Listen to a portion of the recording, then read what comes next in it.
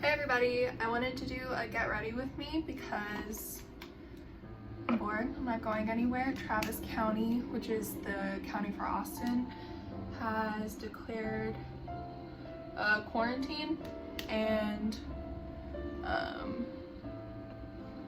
they closed all restaurants and bars, and if you're in a group larger than 10 people, then you could get fined like up to $1,000, something like that. Basically, like, Travis County's not fucking around about this, which is good. I understand. As a public health graduate, the key to an illness like this is prevention, especially because there's no vaccine. I mean, I feel like that's pretty obvious, but like, I feel like not enough people understand what herd immunity is. And they're thinking, like, since I'm young and have like a healthy immune system, that they'll be okay. But like, truth is, like, you could be asymptomatic and spreading the illness to other people who have decreased immune system function. Or I mean, you can get sick, and like, avoiding illness is important in general. Because I mean, I doubt a lot of these, even if you get sick and you could overcome it, you're still probably going to go to the hospital. And that's just not a great way to use resources, especially because a lot of these doctors and nurses their hours are being stretched right now, and there's a lack of medical professionals, and it's just better not to use those resources if you don't have to. Anyways, so I wanted to do a fancy black eyeliner look because I'm bored. I've watched YouTube videos all day, and did you hear that?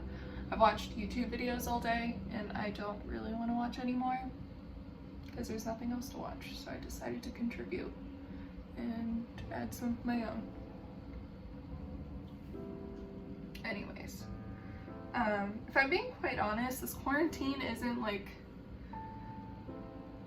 it's annoying, yeah, don't get me wrong, but I'm not living my life much differently than I have been, because I've graduated in December. I mentioned this before, but I graduated in December with a degree in public health. And if you don't know what public health is, it's pretty self-explanatory. You're basically promoting health within the public, within the population. But it primarily prioritizes prevention. Like, secondary and tertiary prevention is important as well, but like, if you could stop an illness altogether, whether it's a virus, disease, chronic or acute illnesses, then you're increasing quality of life, you're decreasing healthcare cost, you could get better utilization rates for other people who might need it, like people who have chronic illnesses that aren't preventable, like maybe congenital diseases or like genetic diseases, like type 1 diabetes, for example.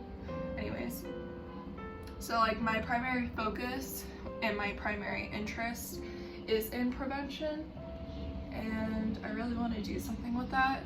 I think that would be really fun and something that would greatly interest me. And it's really important too, because I think a lot of people focus on treating illnesses, and like, our culture really stigmatizes healthy lifestyles like veganism, vegetarian. Like, I think it's, that's my neighbor, I don't know if you could hear that. I know that like, it's easy to start bagging on the vegan because they could be a little aggressive sometime with their messaging,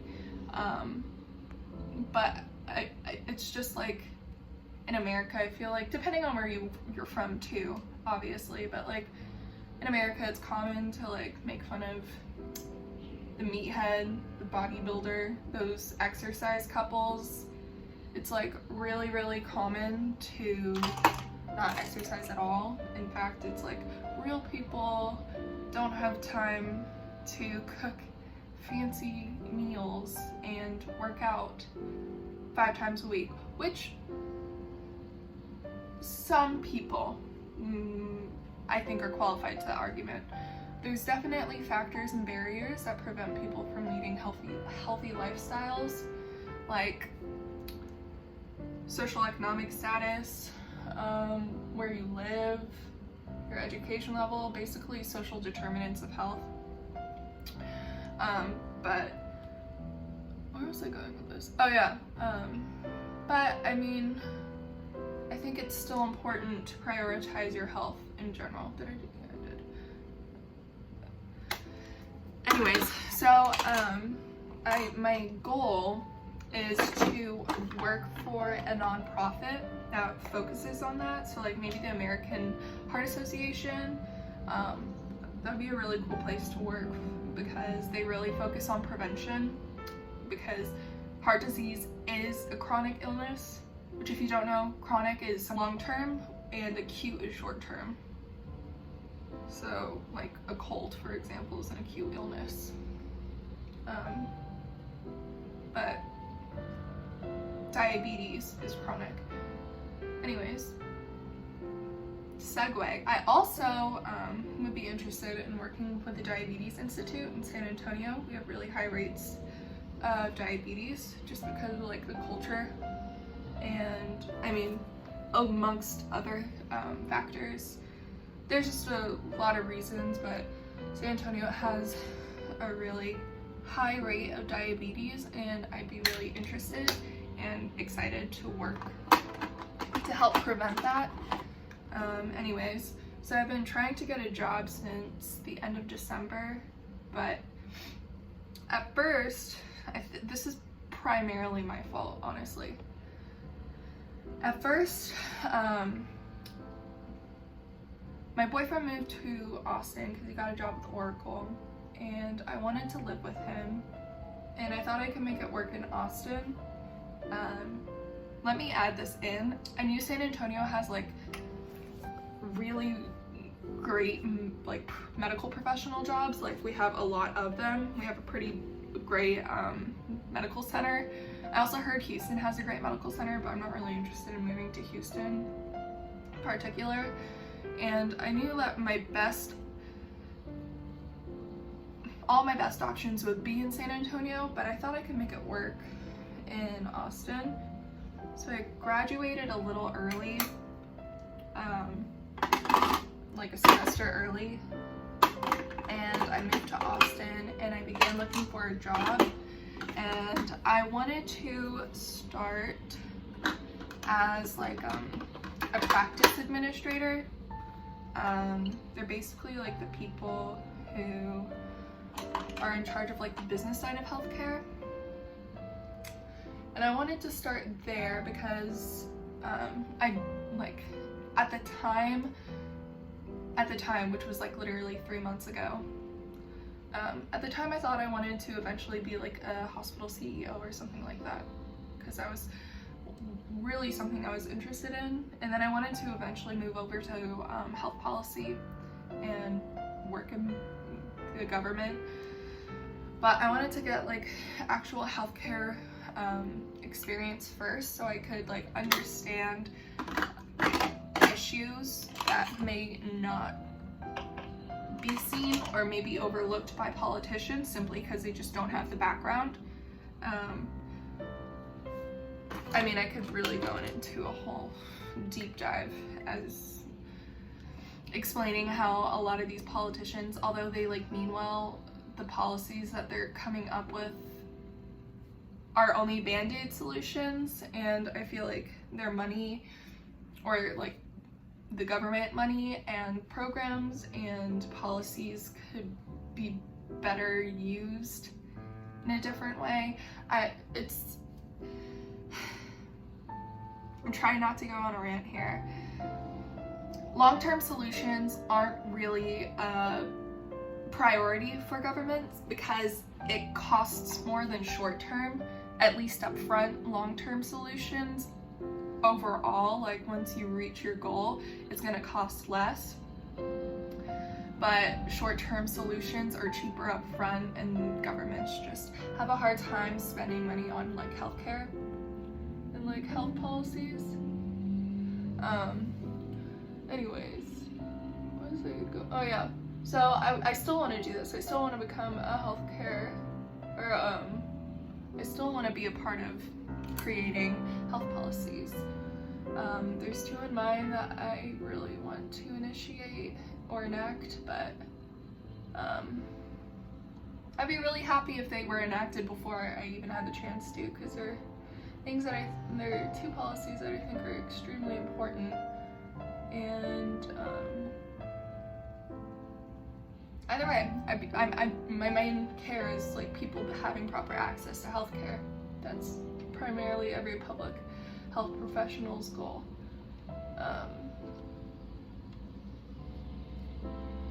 In any case, what I was saying was I wanted to begin as a healthcare professional and work as like a practice, like a small practice administrator or manager, so I could get the experience I needed, and then I wanted to eventually move to healthcare policy. Well, I was a little too ambitious. It seems to be that Austin has an oversaturation of professionals who also want to do what I want to do. So nearly every single job I applied for, I was rejected from. I understand why. First of all, the number of applicants on some job postings, there's like 400 applicants. I'm sure out of 400 applicants, there's someone who has not only a bachelor's degree, but also experience managing these offices. So I got knocked down from those really fast. Then I decided to start looking in things that I was overqualified for. And by that, I mean like, I only had to have like a year of experience. I have like at least 2 or 3 years. I'm gonna say like 2 years of experience in healthcare. You only needed like a high school degree. It wasn't a lot that was needed. I'm not saying those jobs are bad. They were fine jobs, but I'm a really high achiever, and I knew I'd be really disappointed in myself if I weren't using my degree that I worked really hard to get, especially because I have debt from it. Not significant, but I mean, I still have to pay off my education. And I knew I wouldn't be able to do that properly if I were working a 16-hour job that like I could have done straight out of high school. And that was another part that was disappointing to me, just that like I should have like focused more on jobs that were better geared to my profession. As I was saying, I just came to realize I've worked at a nonprofit before, a really good one. They're super awesome. They're the ones who gave grants to other nonprofits, and that wasn't quite what I wanted to do. I wanted to be with an organization that was making a difference in health, and that's what I still want. In any case, I have nonprofit experience, so I thought that was a better option for me. So I've recently started applying for nonprofit jobs that center around public health.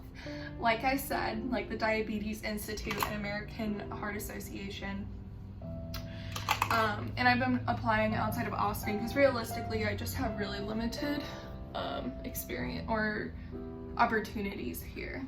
Anyways, my whole point of that is just that this quarantine isn't different than my usual days.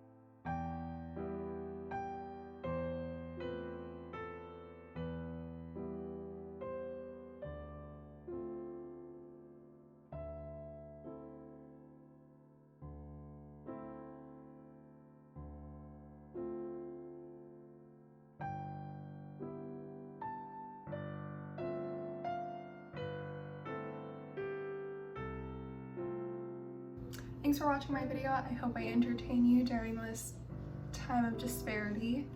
I hope if you're in a place that's really struggling with coronavirus right now that you make it through healthy and happy. Just please remember to be considerate to others.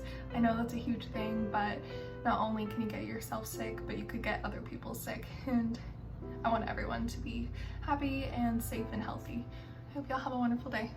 Bye.